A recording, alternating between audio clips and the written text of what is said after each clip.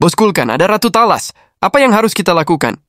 Ditanya seperti itu, Bos Kulkan langsung kabur. Ia malah kabur pertama kali, diikuti para goblin. Waswem! Hyun Seok panik luar biasa. Ia tidak menyangka dirinya bakal ditinggal sama pasukan demon. Buset, malah kabur duluan. Hyun Seok tidak bisa berbuat apa-apa. Musuh ini bukan lawannya, ia harus kabur mengikuti Bos Kulkan. Tapi ternyata Bos Kulkan memberi perintah untuk kabur sambil berpencar. Jangan kabur bersama-sama.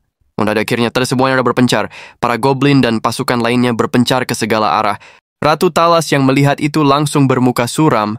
Ia tidak bisa mengejar semua monster yang kabur ke segala arah.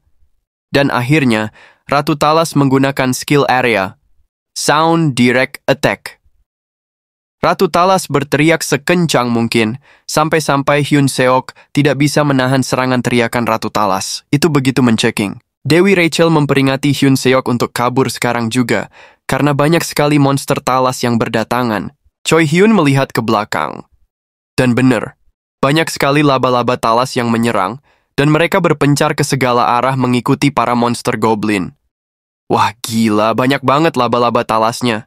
Mereka semua ternyata dipanggil oleh Ratu Talas. Jurus jeritan melengking ternyata adalah jurus untuk memanggil semua laba-laba talas. Wah gila, ini nggak ngotak jumlahnya. Choi Hyun berlari menjauh dari para talas. Ia berlari sekencang mungkin, dan ternyata para talas itu sudah menghancurkan beberapa goblin yang mereka kejar. Buset!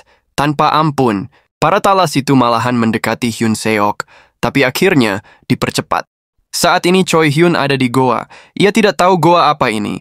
Ia hanya berpikir, goa ini bisa menyelamatkannya dari kejaran Ratu Balas. Rachel sudah memeriksanya sejauh 100 meter, dan goa ini kosong, tidak ada yang menghuninya. Okelah, kita gaskan masuk ke dalam. Aku sudah capek dikejar-kejar laba-laba tengkorak itu. Tapi Choi Hyun sedikit curiga dengan omongan Rachel, mana bisa ia mempercayai omongan Dewi penipu.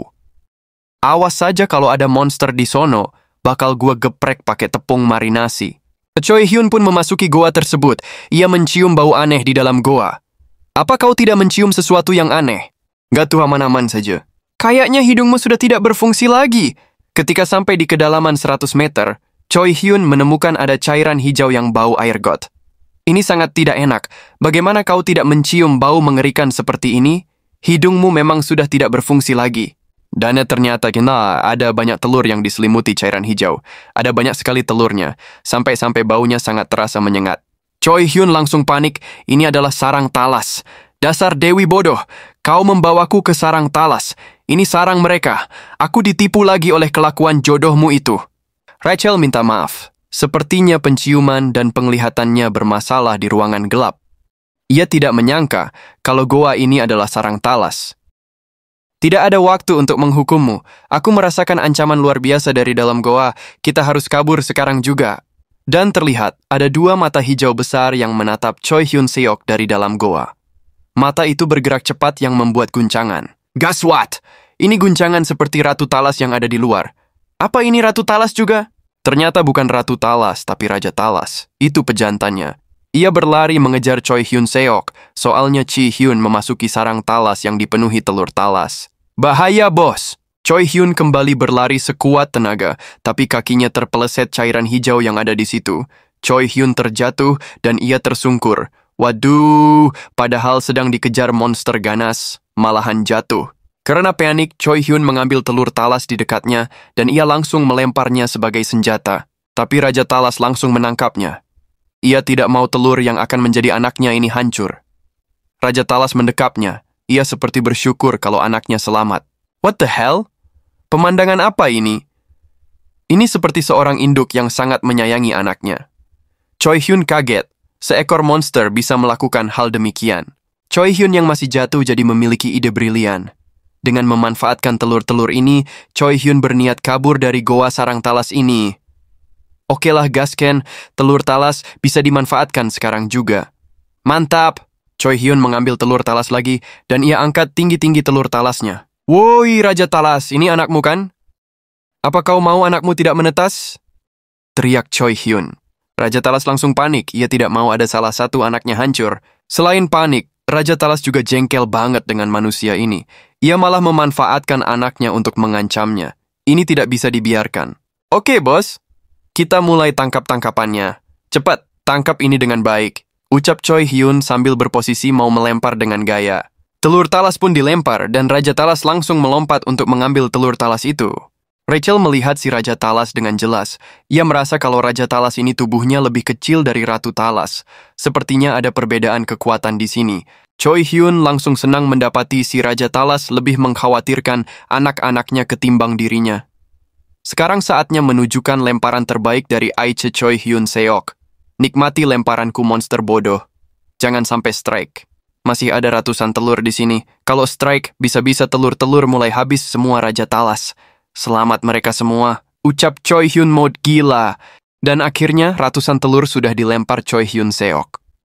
Dan Raja Talas kecapean menangkap semua telur yang dilempar Choi Hyun. Dan ternyata ada beberapa telur yang pecah karena tidak bisa ditangkap oleh Raja Talas. Banyak banget yang pecah itu, bos. Rachel ambil telur selanjutnya. Kita belum selesai dengan semua ini. Tapi telurnya sudah habis manusia, Choi. Sudah tidak ada lagi telur talas di sini. Waduh, gaswat. Raja Talas langsung mode ngamuk. Ia marah sekali dengan kelakuan manusia nggak ngotak itu. Raja Talas langsung berlari dengan cepat menuju Choi Hyun Seok. Ia marah besar, sampai-sampai wujud demonnya keluar dan mau menangkap Choi Hyun Seok dengan segera. Ia ingin sekali meremukan tulang belulang manusia itu. Choi Hyun tidak kabur. Ia malah menyiapkan jurus pukulan maut. Ia mengalirkan aliran mana ke tangan kanannya. Raja Talas menerjang Choi Hyun dengan penuh amarah. Choi malah tersenyum. Ia berencana untuk mengalahkan si Raja Talas. Pukulan maut pun dilakukan oleh Choi Hyun Seok.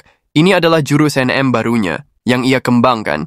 Dan akibat dari jurus Choi Hyun itu, Raja Talas mundur ke belakang, ia kesakitan. Dan akhirnya kalah telak. Buset, 1 kali serangan, langsung kalah. Choi Hyun langsung naik level 3 kali. Ia malah bingung sendiri. Soalnya ia mengalahkan Raja Talas dengan sekali serang. Ini pukulannya yang overpower. Atau si Raja Talas yang lemah. Ini membingungkan bagi Choi Hyun. Rachel juga bingung, sejak kapan manusia Choi jadi kuat banget? Perasaan kekuatannya cuma 1.500. Dan ternyata, di situ ada Bos Kulkan dan beberapa goblin yang kabur dari kejaran Ratu Talas. Bos Kulkan malah memakan telur talas dengan nikmatnya. Choi Hyun disuruh makan telur talas ini. Soalnya ini adalah sarang talas, barangkali telur ini adalah makanan terkahir Choi Hyun. Makanlah selagi masih ada kesempatan untuk makan. Choi Hyun merasa kesal. Ia tidak mau pindah alam sekarang. Ia mau hidup. Ia belum menikmati hidup. Ia belum merasakan apa itu menikah, apa itu penggunaan biji selain untuk kencing. Ia harus hidup dan menikmati itu semua. Aku akan hidup, akan aku pastikan Bos Kulkan juga hidup. Semangat, bos!